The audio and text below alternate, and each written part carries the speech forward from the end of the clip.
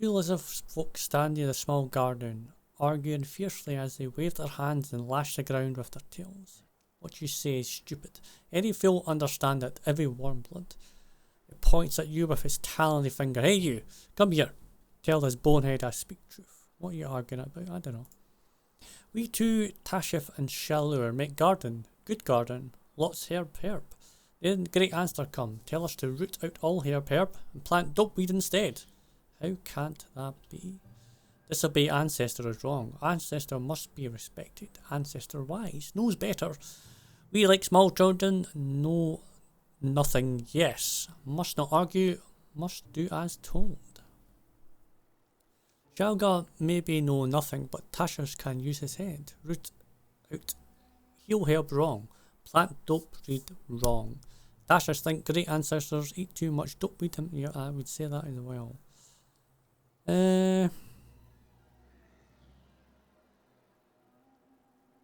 Flip a coin. Yeah, that's a good one. You should think for yourself. Please, will touch listen. Yeah, yes. If ancestor tell go jump from big rock, you obey him, yeah? Ancestor not planted this garden. It is not up to him what we do with it. Well, there you go. Can I steal your herbs? May I steal your herbs? Can I steal your herbs? Standing about. That doesn't seem creepy at all. Why are you there? I thought you were in a cage. A young boy stands in the middle of the hut. He's pale and his eyes are wide and frantic, but when he opens his mouth, a much older voice emerges, confident and derisive. Kneel before your great ancestor, or I'll punish you. The child bursts into a spooky laughter. Alright, enough games. I understand you're here to take the boy. Possessed? Possibly.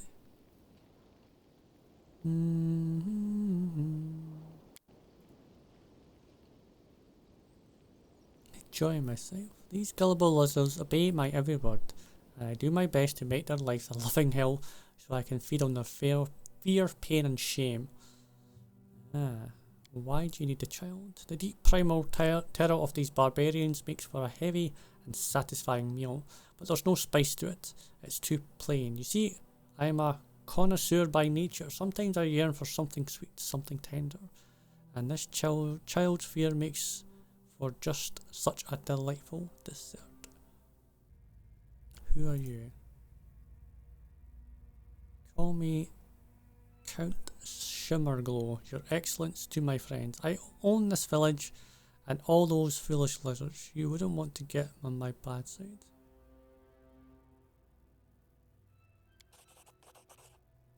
Started to detect what is you're speaking with. A ghost, demon, fae? Maybe something even more exotic. Regardless, it doesn't seem that he's possessing the boy. It's most likely that he's standing near the boy. Yes, what could I be? A mystery, a secret, a delightful charade. Ha! Enough. You to know that I'm not the last one at the court of particular important and influential person. And what influential personage would that be? If you mean a god, I don't know of any gods in the world matching that description. What makes you think my patron is one of your world? What would you, a mortal waste of flesh, know of the first world and its gods? You shouldn't even speak its name above a respectable whisper. You really are an unpleasant guest. The inspiring speech of yours to the chieftain has elevated almost all the tribe's fear, and now you want to take even my final delicacy from me? I suppose there's still a chance to settle this peacefully. Boys was just a whim. I don't mind parting with him as long as you provide with something more valuable in return. Say an old lizard folk, a rattler they call him. He walks around outside the village regularly. Bring him here alive and I'll release the child. Oh, what?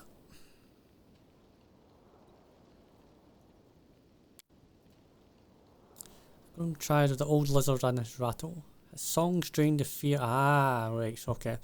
However, I can sense that the fear... He fears me as well. Yes, that sounds tasty. I'll take great joy in feeding off his final fear. Okay. Well, there's more I can speak to, so...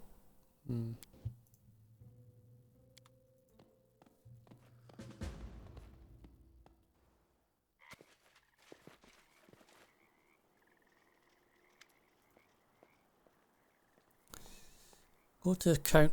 You were right. An evil spirit is pretending to be your great ancestor. We want to stop him. Come with us.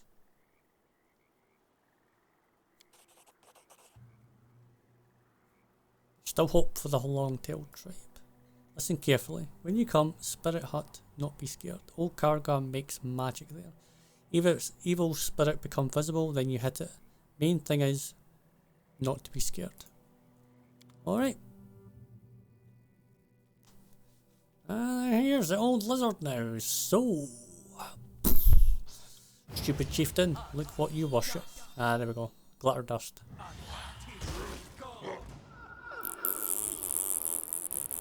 Let us strike as one.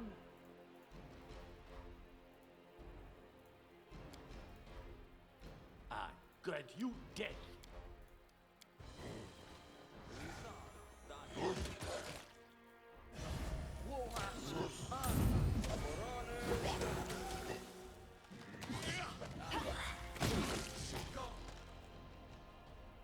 What did I get?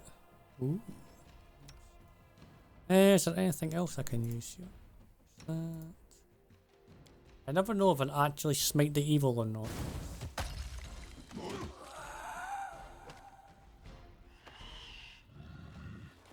Yeah, they guys are pretty good by now. One guy died though. Onwards. I wrote it like I saw it.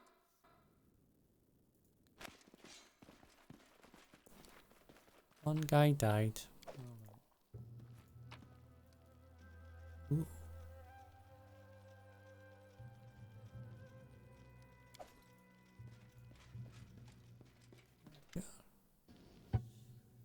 May sun and moon bless one bird. May his ancestors smile always.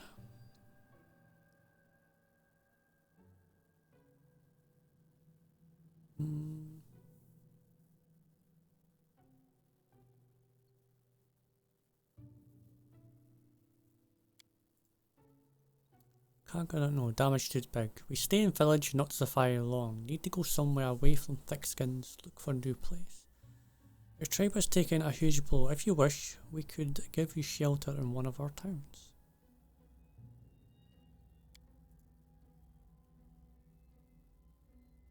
Ah, one bird done a lot for long tails, but we not take too many gifts. Otherwise, we lose our heart. Who we become in your big cities? Beggars, vermin? I suppose so. Alright. Where's boy? Go speak to him then, I guess. Right now. Something I gathered here. We can do it. Sentinel, cobalt. Deal with that. Cannot hide from me. Walker.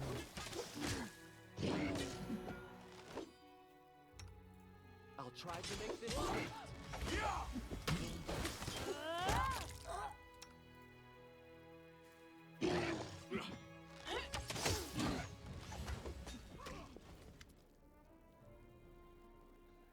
Some relics. Coins. Tags. Some 5 items are still missing. Okay, so if Federi asked me to show you the spear. Slowly touches the spear fragment. When he speaks, his voice sounds weak and depressed. We've been walking for 10 days. The caravan's owner is swearing and scratching himself. Seems the fat slob got some bad mosquito bites. I think he's regretting his decision to bypass the border guard through a smuggling route. Half the porters have upset stomachs, likely due to drinking water from the stream I found yesterday. I guess there must have been a reason outright. I walked in the front trying to seem respectable and intimidating, otherwise they might have realised I'm lost. The trouble really started 3 days ago. I only saw the map once, but there was definitely supposed to be just one path there. We found dozens, only an experienced guide would be able to find the right one. Of course, the caravan owner thinks I am such a guide. I told him I've been running this route for 10 years, that I know every bush by name. I really needed the money. They won't let me run up my tab anymore. There's a whistle, then hooting from the bushes. Bandits. 12 ragged filthy people with rotten teeth and sunken eyes. Not much worse than us now. Rise from the bushes, their hair and clothes a mess. I raise my spear and scream threateningly, which usually scares off the weaker ones. But not these bandits. They get close, I swing, I stumble. I'm falling and I hear something crack. Did I break a bone? Nope, it was a spear. I fell across the shaft, practically sitting on it, and it snapped. The bandit attacks. His bludgeon swinging overhead. Terrified, I crawl under the cart. Member of this caravan are being slaughtered around me like cattle. It was an evil hour when they chose to trust me. Rubalak, a sham guide, a drunkard, and a sad coward who inadvertently led them all straight into a bandit ambush. Shakes bandage sphere projects and set. And what an unpleasant memory. I do not believe the owner of this piece was a meritorious individual. No, I do not think so as well. We gotta go back to her. No stopping now.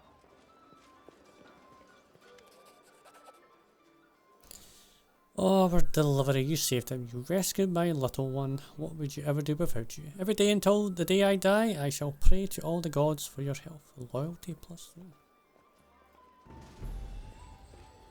Easy enough. Tell the truth, yeah. Like it or lump it, lass. This is not news I expected to hear, and still this is news all that bad. For me it means I need not sail back to Thundra, but may instead continue my work here. Echoed his glorious name in history when he conquered the kingdoms of genies. He spied on the descendants of the goddess Shaynih'a, the Garuda, and saw how they charmed snakes by playing their flutes. Through these secrets, he discovered a way to charm and blind the genie to his will. Ibn Shad openly declared his new mastery for all to hear, and in doing so, he so insulted their race. Emissaries from Bethir of the Jinn, the genie of air, came to demand an apology from the wizard, only to be turned into slaves and their bodies bound in chains. It was change. It was then that the milk of the fire jinn, known as the Ifrit, sent his assassins. They hid in a cloud of dust and approached as the mage was sleeping. But they did not know that the wise man had taught his servants his techniques. While he slept, his servants captured the assassins, the Pashas of Shaitans, also known as the Earth Genies, sent his finest warriors. To Mia, the destroyer of palaces. By his command, his palace fell and turned to rubble. The cunning wizard foresaw this, however, and fled to the island of Jimare. Chased after him, forgetting that the waters of the ocean could not hold his heavy flesh. As he began to drown, sent ships to save him, but only after Tamir swore to serve him. As compensation for the palace he destroyed, the genie was commanded to build the pure temple of Maharaja, which was 100 times more beautiful than the ones he destroyed. Trust me, for I have seen his. It's amazing how many things you've seen, eh? One of the royal Marids, the genies of water, came to free his brethren from captivity. Of all the genies, he was the wisest. For 3 days, Salad competed with the genie in the art of poetry. At the end of the 3rd night, Salad was so exhausted that he was able to take a ceremonial dagger to open his own veins. The genie, however, was first to admit defeat and entered a copper vessel which the wizard then sealed. It was this that history came to know the Maharaja as the great conqueror of the genies. What?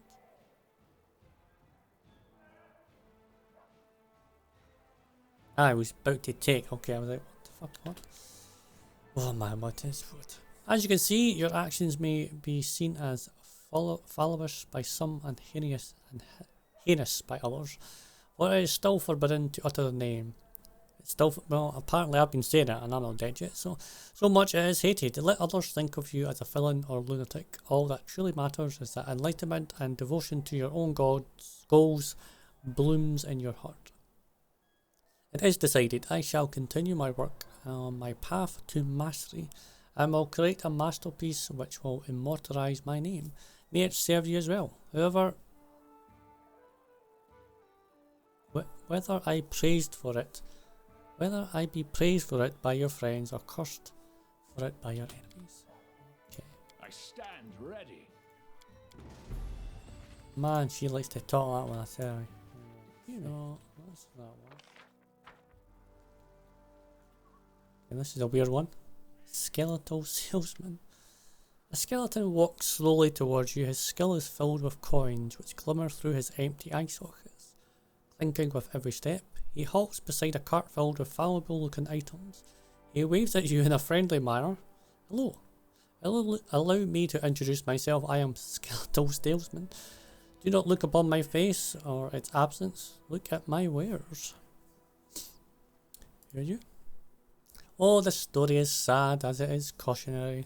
The skeleton raises a thin white finger. I was once like you, wandering in search for adventure, fearlessly delving into dark caves, hidden temples and ancient ruins, taking whatever I pleased. But then I set forth on an adventure which was to crown my career. I discovered a den of a dead dragon. A massive treasure trove lied within. I could purchase all of Absalom, which such a hoard, and half a rest off with the change. The owner lay dead upon the heap of gold, bare bones, just as I am now, breathless and still.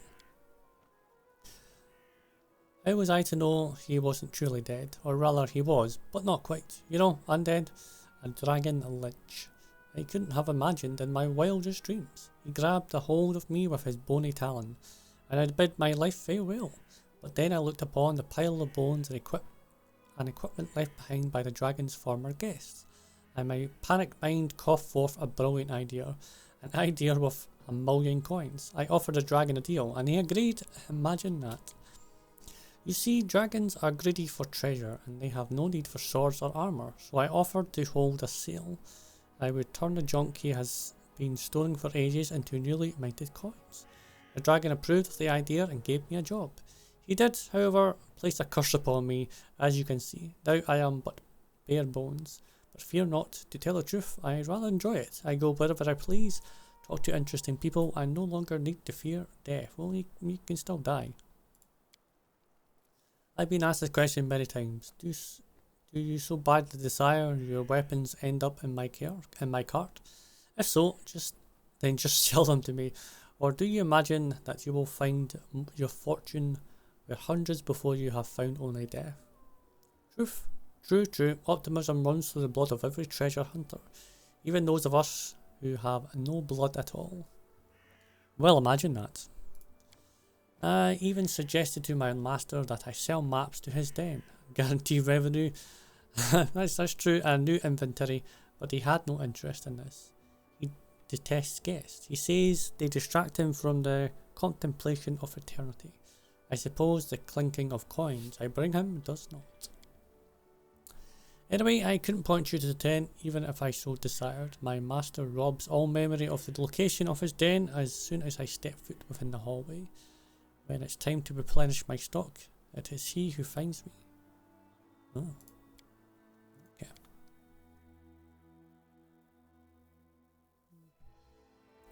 That'd be amazing. Resting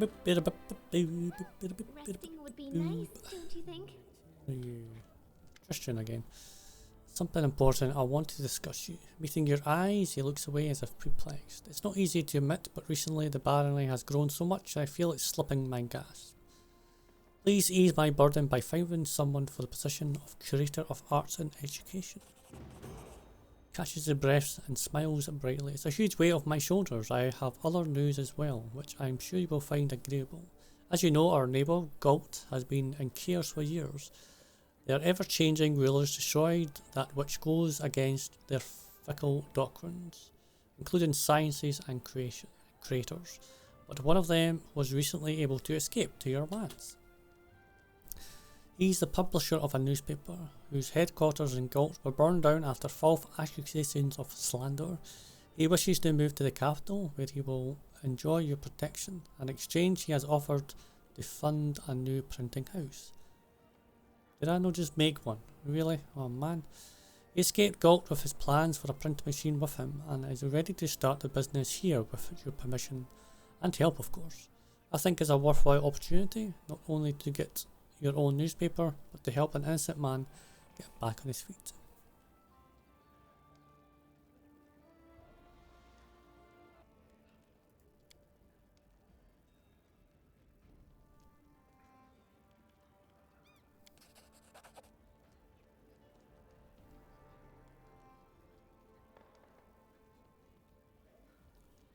Counselor's endeavours. Mere crap I'm going to do.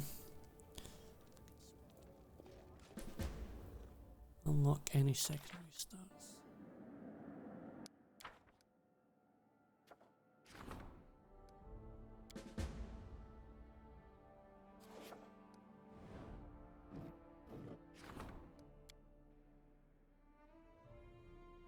Not falter. I'll focus that one.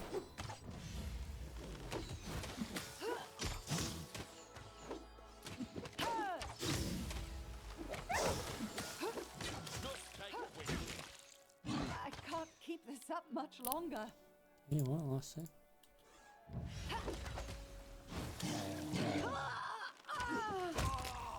Are you kidding? Are you fucking kidding me? In the dim light, you come across a group of armed men with swords and bows. Two of them are squatting near the body of a halfling. Spotting you, one of the men stands up and regards you with critic sneer. Well now, men, look, a corpse that don't know it's dead yet. What, you come to loot the place? The leader bares his teeth. You're too late. And we're here first. And we're keeping what we found. We're scholars. See, this is our friend. She looks at the bandit, then the corpse at the feet. She reaches for a weapon. Dirty marauders. We cannot let you go.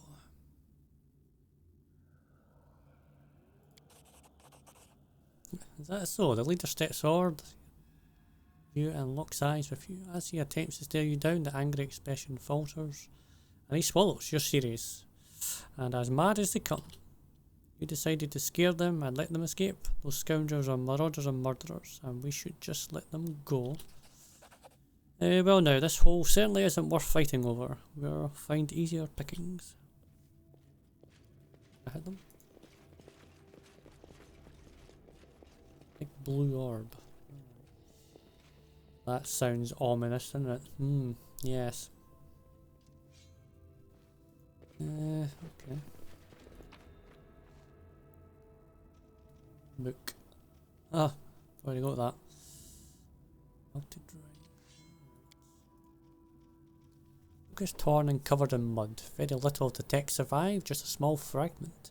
And this phenomenon was quite similar to what transpires in the Stolen Lands, at a place the local populace refer to as the Ghost Stone. It is a hull surrounded by forest and crowned by a gigantic stone. People say that at night the hilltop emanates bright light, while the hill itself is shrouded by a thick fog swarming with eerie, sinister shadows. The stone has resided at the hilltop since times memorial, and those who could have recounted this tale or read the dead language of its inscriptions have long passed away. However, possessing a most imminent knowledge of this history of Astavan, I can claim with full certainty that it is one of those places where the veil separating the planes of existence grows especially thin. It is for the reason that portals to other worlds open in such places, through which all manner of mysterious creatures can travel. The folk's tales show overwhelming evidence of this: the fog, the strange shadows, the noises. The Stolen Lands abode with such legends like no other part of this world. But for the dangers that await the would-be explorers in this wilderness, it is exceedingly difficult to investigate such accounts with due rigour. Okay.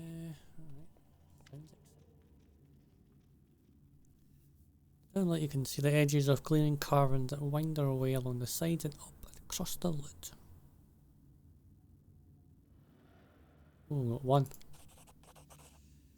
The carvers of the coffin depict an ancient Cyclonian empire. They speak of a rebellion when human tribes rose against their Cyclonian masters. Judging by the images, the riot was brutally suppressed. The leaders of the rebels were caught and the human armies slaughtered. You walk around the sarcophagus, studying where it meets the floor. As you do, you notice fresh tracks in the dust. Someone has been here recently. Step closer to take a better look at the sarcophagus lid and suddenly see deep scratches on its smooth, gleaming surface.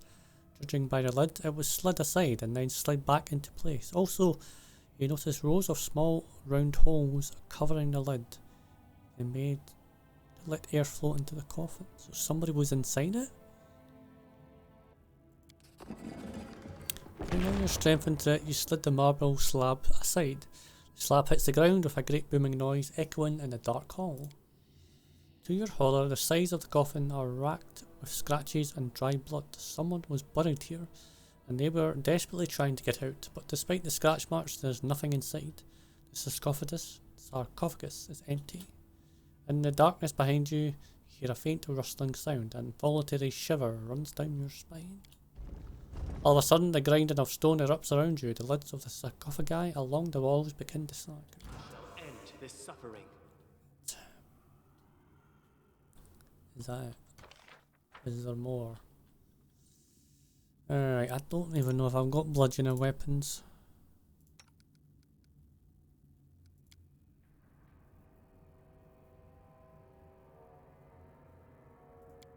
You do. You don't. Please.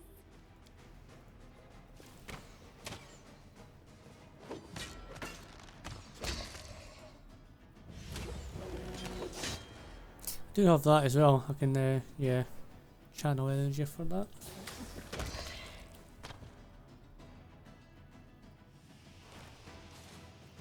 Oh, okay. I'll take it, but, Anything is possible.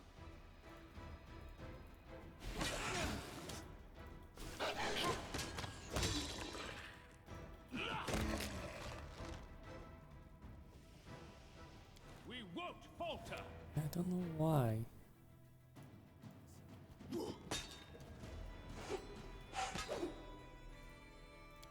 Not sure.